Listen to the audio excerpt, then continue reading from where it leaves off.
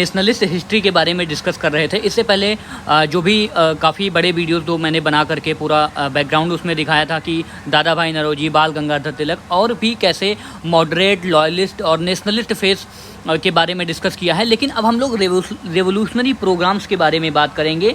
वो छोटे छोटे स्टेप्स जो लिए गए, जिनका काम था, जैसे भगत सिंह ने कहा था टू मेक डीफ हियर ना, कि जो सरकार अंधी और बहरी है उसको भी सुनाई देनी चाहिए। बॉम्बिंग्स के थ्रू वो मास प्रोटेस्ट पे विश्वास नहीं करते थे, इंडिविजुअल असैसिनेशंस करते थे, कभी कभी रेवोल्यूशन करते थे, अटैक्स करते थे। तो ऐसे जो भी रेवोल्यूशनरी प्रोग्राम्स हुए हैं जिन्होंने इंडियन फ्रीडम स्ट्रगल में काफ़ी कंट्रीब्यूशन किया है, हम लोग इसको देखने की कोशिश करते हैं।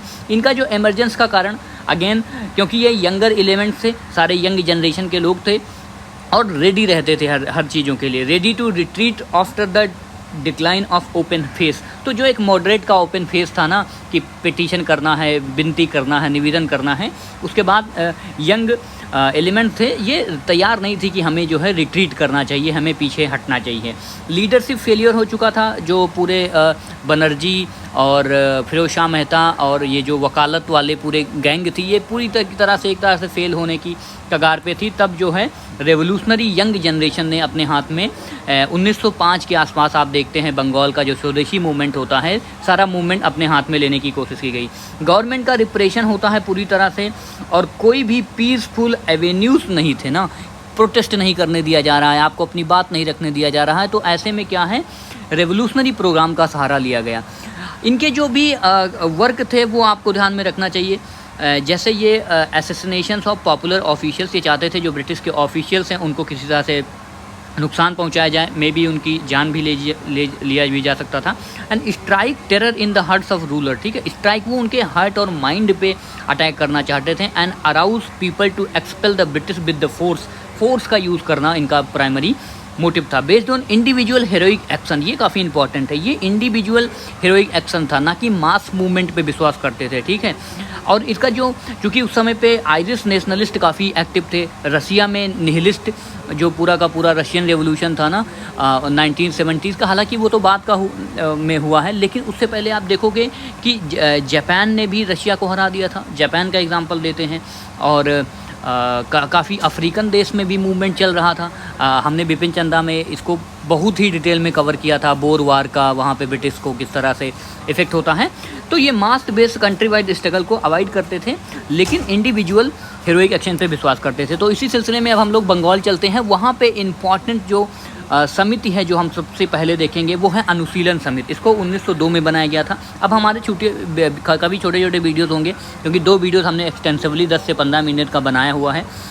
अनुशीलन समिति 1902 में बनाया गया।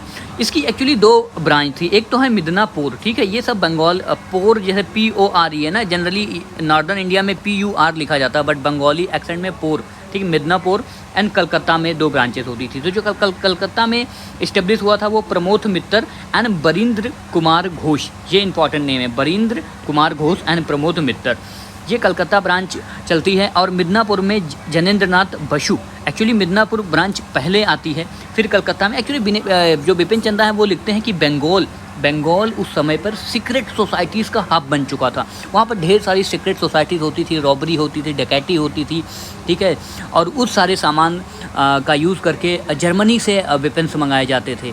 तो ये सारा चीज़ हम आगे धीरे धीरे देखेंगे। और इसी अनुशीलन समिति के देख रेख में 1906 में काफ़ी इंपॉर्टेंट स्टेप लिया जाता है। एक वीकली न्यूज़पेपर निकाला जाता है जो बंगाली में निकलता है। बंगाली में इसलिए क्योंकि कॉमन आदमी के हार्ट एंड माइंड को टच किया जा सके। इसको कौन इस्टेब्लिश करता है? बरिंद्र कुमार घोष, यही जो कलकत्ता में हेड करते हैं, एंड भूपेंद्र नाथ दत्ता एंड बरिंद्र कुमार घोष। और जब स्वदेशी आंदोलन होता है तो यही युगांतर जो है, इसमें एक काफ़ी इंपॉर्टेंट लाइन है जो बिपिन चंद्रा में आपको मिलेगी कि the remedies lies with the people, ठीक है, जो रेमेडीज़ है, जो ये आंदोलन हो रहा है, इसका जो हल है वो किसके पास है? लोगों के पास है।